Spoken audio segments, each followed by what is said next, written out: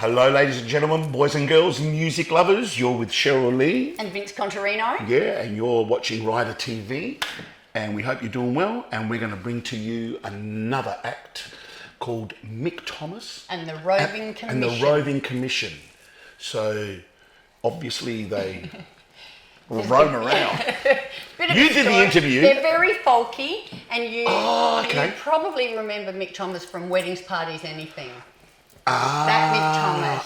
Okay, Yeah, so well, yeah. we're talking people with a bit of experience here. Yeah. Oh, fantastic. Where'd you do the interview? Right here. Let's have a look. And Oh. they sang us some songs. Live. Right here. Are we going to show them? Yeah. All right.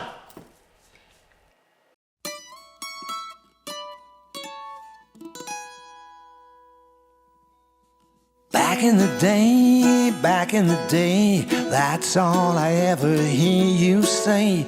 Well, there was a why for, there was a way, there was a point to it back in the day. Well, I recall a wise girl singing to me. You can't throw your arms around another ring. Hey, well, I got one for this cyber age. You're with Cheryl Lee, that radio chick, and I'd like to welcome you to Rider TV. This week's episode, we have got Mick Thomas and Brooke Taylor from Mick Thomas's Roving Commission with us here in Crabtree Studios, visiting our town. Thank you so much for joining us, you guys. Good to be here. Very welcome. They are here with their six-piece, which also includes Squeezebox Wally on accordion and Jen Anderson on violin, who were with you, Mick, in the early days with Weddings, Parties, Anything. You've been longer together than most marriages. We have, yeah. Or you get less for murder. Yeah, that's right. You'd be out by now. So you appeared at our Murray Delta Duke joint on Friday. Had you guys appeared there before? No, it was our first time, and I've sort of been seeing that gig come up on the socials for a while, and just I'm really interested in sort of regional gigs, because it's great. Like we've still got this sort of following that'll come and see us in the capitals, but finding those regionals is really important. So this tour's been good for that. Like we found a few, haven't we? Yeah, we really have. That's the Murray Delta Duke joint. Great. It's so fabulous because you're driving in there and it's like, where is this venue? Yeah, and then you pull in and it's like, oh my gosh. Yeah. And run by fabulous people. The sound was great. The people were great. Yeah, I would encourage anyone who hasn't been there to. Real meat and potatoes music lovers, those guys. Yes. And while it might seem like a sort of almost like a tribute place, like they're trying to emulate this kind of ideal of the southern United States, I've seen those venues in Mississippi or whatever, and they're exactly in the same places. They're in old industrial buildings. They're in funny parts of town. That's the way those places exist. Like one time, there's a caravan music club in Melbourne, right? And they were these people that just ran gigs wherever they could. Start off with house concerts, then in bowling clubs, and then they were in the Oakley RSL for a while. And I forget which band I was going to see there, but I saw this band from America. I remember my wife saying to me, that band, they must feel so weird coming to Melbourne and having to drive out to this weird sort of hall in this RSL. I said, no, that's exactly where they play in America. Yeah. That's what those places are built on, just being really functional places that aren't pretty, but they're functional. And so really, what I'm trying to say in a roundabout way is, while it might appear that they're doing this, trying to emulate this weird thing, they're actually getting it exactly on the money. Yeah. They're doing exactly the right thing. But look, I just think that the couple of gigs preceding that on this tour, we played in Port Kembla in this place called The Servo.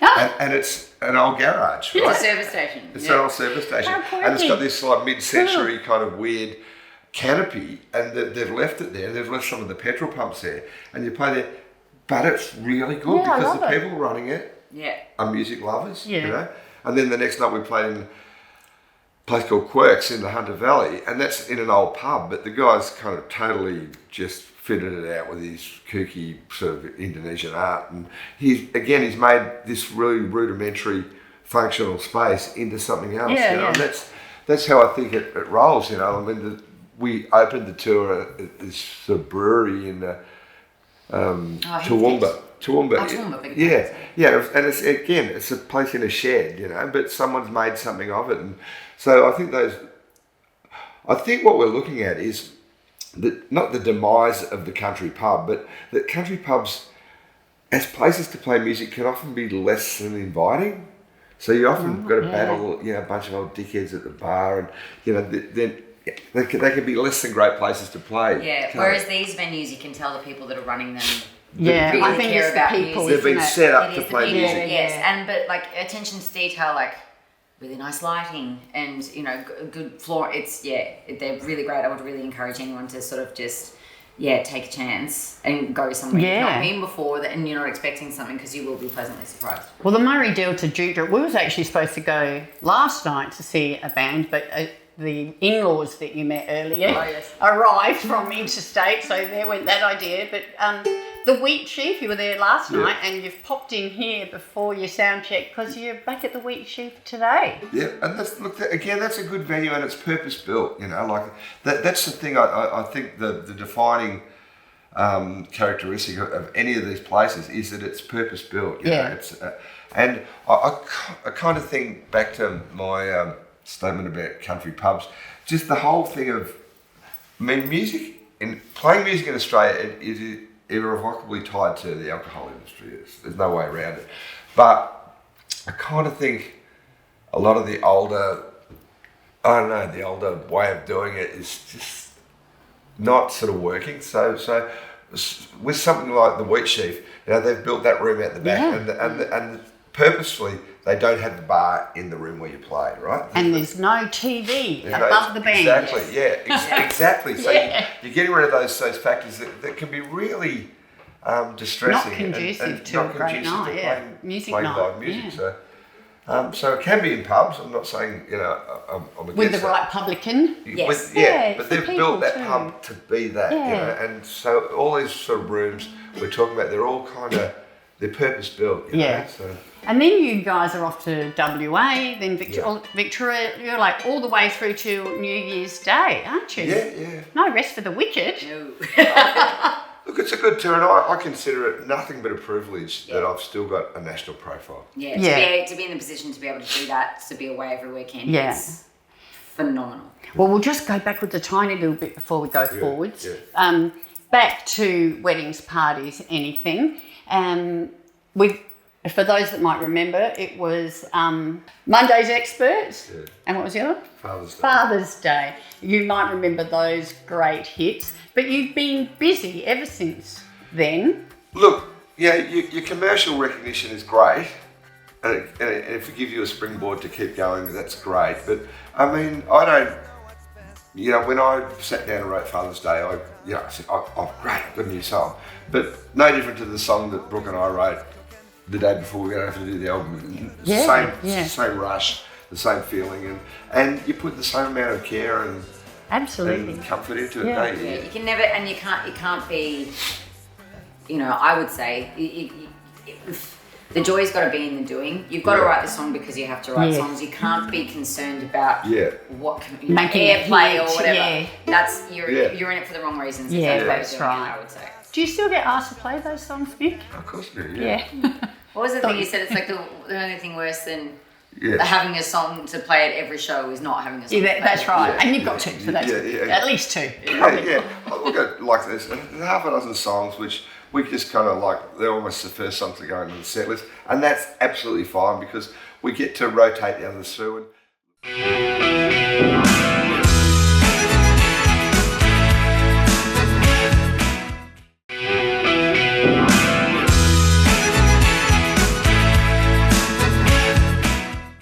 And you guys have just released a new album, which we'll talk about in a minute. There's a little bit of a story about that. But first, let's touch quickly on yours and with your band, Brooke, Poison, Spitting Gin Queens. Hey, you got it. Yeah. Second album. Yeah. Want to tell us a little bit about that and where they can find it? It's on. Bandcamp's the best way to support, apart from like going to a show and physically buying merch. For those that don't know, streaming's terrible. Look, there is a place for it, but in terms of the artists getting anything back. It's Exactly. Yeah, it's not a whole bunch going on. But we released a second album, which also features Squeezebox Wally and Jane Anderson on there, getting pepperings of all my friends. It's community. And that was out last year. So yes, I think I've got a bit of a monopoly now on the Brooke Taylor. There's a few more popping up in the States, but I think if you just look for Brooke Taylor music. Yeah. So how did you guys, Likely Lads, all meet and you join this band? I think we Of first met Ruffians. years ago. I think you produced like an EP. You did some recording with a band that I played in that existed for like all of 3 months or something. Oh. But we were supporting you, I think. And it's like, oh, have you got anything recorded? And it's like, no. Oh, okay, great. And that was years ago. Yeah. Oh, wow. So Yeah. you've been together for quite a while too. Yeah, it's sort off and It's funny how your little sort of sliding doors and your little sort of degrees of separation work. There's a guy called Greg Clenger, who's known as Clanger, who he owns the Grace Emily Hotel. Oh, yeah. And he's kind of a sort of a mover, And how Clanger came to sort of prominence is he was in the heady days when the weddings were really like. He was the head of security, like when we had to have security to run the front of the stage because the gigs were really wild. And so we employed this guy, and he was just like this super bouncer who was a nice guy, who was really smart. And so he sort of came on board in the weddings with that. And then all of a sudden, he was this sounds like I'm making it up, but he was a football player. and he came over here to play for South Adelaide, I think. Yeah.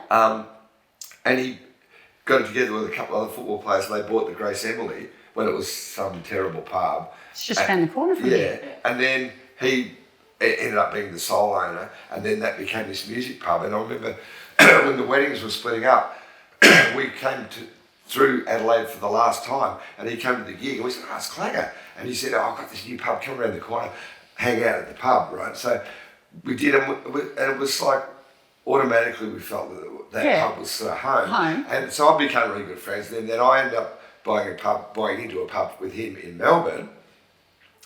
And then he said, "Tell me about this band that his brother was playing with." Yeah. And that was Brooke was in that band.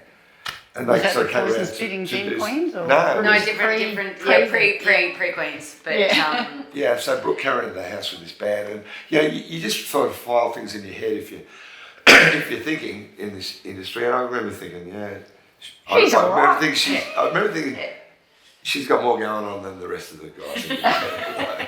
I just remember sort of making a mental note. Yeah. And then that pub that I was in with Clanger, that finished, and we bought this other bar.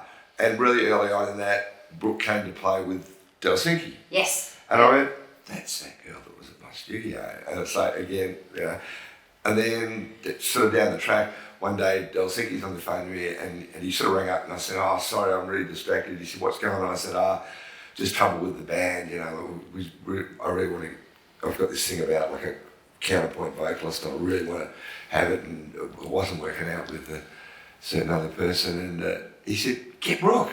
I said, "But she's in your band." He goes, "Maybe not, You're going to kick her out. Yeah, exactly.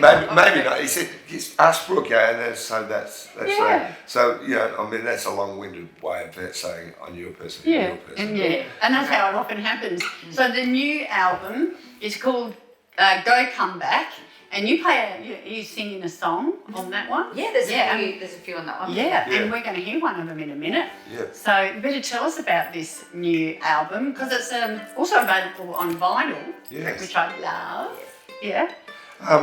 We released that stuff through a little label from Brisbane called Cool 'Em by Sound. They're just they mainly do vinyl, and they're just old friends. And so it's just a bunch of songs. By the time COVID finished, because we were locked down for so long in Melbourne, Yeah. again, And the hard. band was Long and playing. hard. I was trying to get the band out on the road, and then Brooke joined, and that first year was just horrible. Wasn't it? Yeah, It because was they're like, "Oh, we're going." No, we're not. Oh, we're going. I keep No, going, we're we've got 30 days, and Brooke's going, I'm going to get to play. Somebody's called Go Come And it Back. kept- no, that was just stay. And so, it was really, really difficult to get out on the road, but we were sort of threatening and just getting the band together. Yeah. So by the end of it, what I ended up with is a big cachet of songs, 30-something songs. So And is it sort of like a side one is about going? yeah. and then flip it over. Side 2 is about returning. Yeah, returning with a different perspective. Yeah. That's kind of loosely what the album's based on. But we're in a good position to pick those songs, and then you pick, say, from that cachet, you pick X amount. But then there's a couple we had to sort of, Yeah, there was a couple because, like, we put it out to everyone sort of got to vote. It's like this is my gotta have. It's a democracy. This is my maybe, but yeah, exactly. It's just democratic as it gets. Yeah. Like. Yeah, and then there's just sort of a vote. So we'll do this, and it's like, oh well, maybe we'll do this song, but we'll take like the vibe of that one and lean it into that one, and sort of Yeah. That's what I love about an album. Instead of just all the singles here and there, you get to tell a story, don't you? Yeah, and I mean, I was born in 1960, so by the time I was really kind of getting music, the album was the thing. That was the predominant That was art the be form. all and end all. Because initially albums were just composed of the singles, of a bunch of singles. So really what we've returned to is pretty much the way it started in the It's come 50s full and circle. 60s. But I kind of like that midpoint where the album was seen as an art form. And, you know, so like I know that if I get Blood on the Tracks out of the rack and put it on, that Blood on the Tracks gives me a feeling from the start to finish about where Bob Dylan was at that point in time, and then I'll go from that to maybe Neil Young's Harvest, and then if I go and put on London Calling with the Clash, it's a mindset and a feeling, that the whole album gives you. So that's kind of where we're at with this record. Like I remember the days when you would kill a cassette in the car and then buy another one and then another one. Because you just play the whole thing. Yeah, in the order that it was intended. Yeah, exactly. Yeah. Yeah, that's to tell that story. Exactly. Start here. Yeah. Yeah. Alrighty.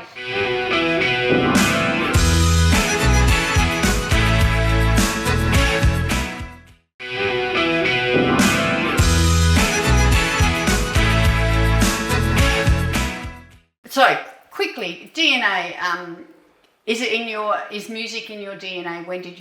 Musical family, when did you find out that this was your thing? The only singer in my family was a sewing machine, right? So, I don't know where it came from. I just wanted to play music. I was born in 1960, and I think music was the predominant cultural entity for that first 10, 15 years of my life worldwide. So that's what I sort of put it down to. We all love music, but I'm the only person in the family that plays. You're the only one. Do you have any children, Mick? I do have one. Are they musical? Didn't not follow in the vaguely interested. No. She's just like, I said to her, do you want to play music, Sass? And she goes, no. She goes, you play music every morning, Dad. Why do I need to play music? She said, you're playing music all the time. You never stop playing music. Why do I need to do it? And she's incredibly shy. Like, it's just not going to work for her. Not like Dad. No. She's not shy at all. Brooke. Yes. Is it in your DNA? Are your family music? No. No.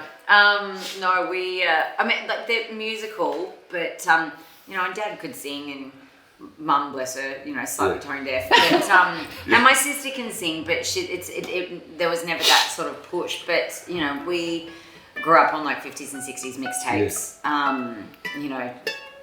There just wasn't anything. Yeah. And I was so late to the party. Like, I don't think I'd heard a David Bowie song until I was sort of like in my teens or like going to school. Like there was just nothing. There was always music in the house, or a lot of musicals. Like we'd, lots of like Seven Brothers and that sort of thing. So there was music was around, but it was, I don't think I'd picked up an instrument until, my sister, she was so talented. Like she'd start playing piano and then she'd just learn how to do everything, and she'd be like, all right, next. And then she started playing guitar, next. And so when she got a steel string guitar, I got her nylon string one, and then I just took it and ran with it. Yeah. But no is the short That's answer. really interesting. So quick fire, favourite song of all time? Waterloo Sunset by the Kings. Nice. It's hard, isn't it? Don't think too hard. You can give a couple. I don't know, God Only Knows the Beach Boys, that's the tune. Yeah, that's a goodie. Yeah. That's really good. And an artist that influenced you, Mick? Was there one artist that influenced you? Oh, Or probably Ray group Davies of? from the Kings. Yeah. Who we just recently listened to a podcast of him that his wife wrote half the songs or something. Really? Yeah. She kind of was pretty much the driving force behind Waterloo Sunset, which I still think is the best song. Is she on the Sunny afternoon as well, I think. Is she on the credits? No. Oh, No. cheeky Good bugger. old mate, Yeah. He's written plenty of other good songs, Yeah, don't worry. that's right. And favourite artist for you, Brooke? Sorry, artist that influenced you. Was it for me growing up? Because when I started playing guitar, it was that the begin. I think like Alanis Morissette, like Jagged Little Pill was the first album that I bought, but there was also like Michelle Branch or Tracy Chapman, and it was girls with acoustic guitars. Yeah. So that was they were really formative for me. Yeah, awesome. Last question before we get to hear a song. We're called Rider TV. So, got anything on your rider that you like got to have, or you don't go on? Got a drinks rider or M&Ms or? No, we're lucky enough I felt really weird on this tour we're doing because Hunter and Jessie Lee's Bad Habits are on the tour, right? And it's their first national tour. And I just think we just struck out earlier in the tour about the first 6 dates. There was just a really great spread every night we turned up, and we were all going like, and we're inside we're all going fantastic, but we're going Yeah. This is cool. and they're going.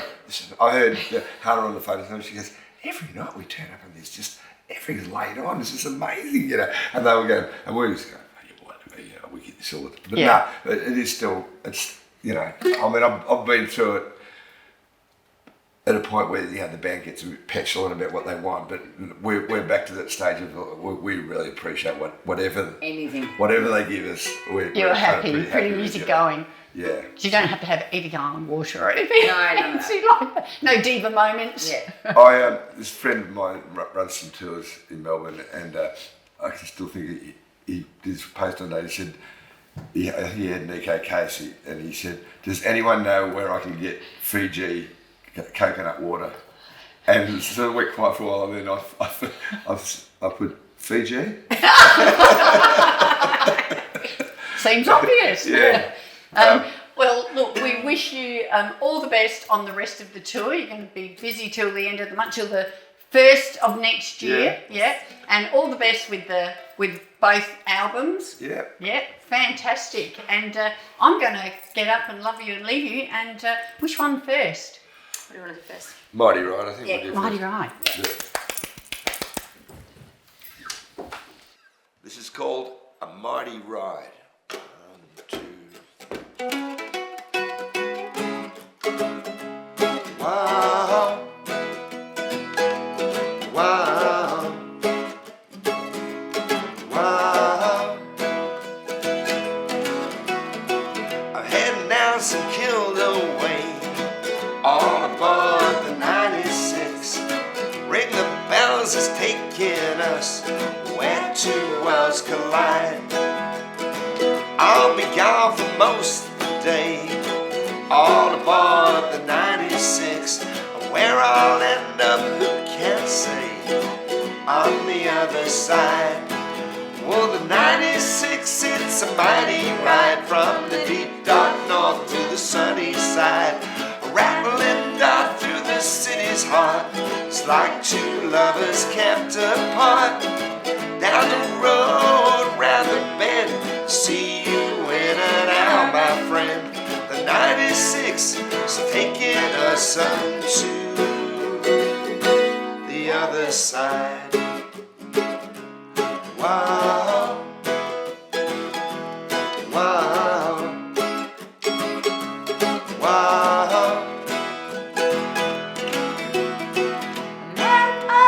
Living in Brunswick, all aboard the 96. I think that it's an odd idea If our 2 worlds collide, I'll need to get my passport stamp. all aboard the 96. I hope he's coming out to play. On the other side. Well, the 96, it's a mighty ride from the deep dark north to the sunny side. A rattling down through the city's heart. It's like 2 lovers kept apart. Down the road, round the bend, see. Well, that's it for another episode of Rider TV. Cool. They're cool, aren't they? Yeah, I know. You get. Oh, jeez, man. I know it's a broken record. You do all the good stuff. Well, we hope you'll join us again, same bat time. Loved it. See you next same back channel. Yeah, next week. Bye. Cheryl, tell us the good news. If you love your music as much as we do, and everybody involved in this show does it for the love of it, none of us get paid, and you'd like to be involved, please just email this address here and come along and have a chat to us about sponsoring maybe one show or even a whole series of shows. We'd love to have you on board.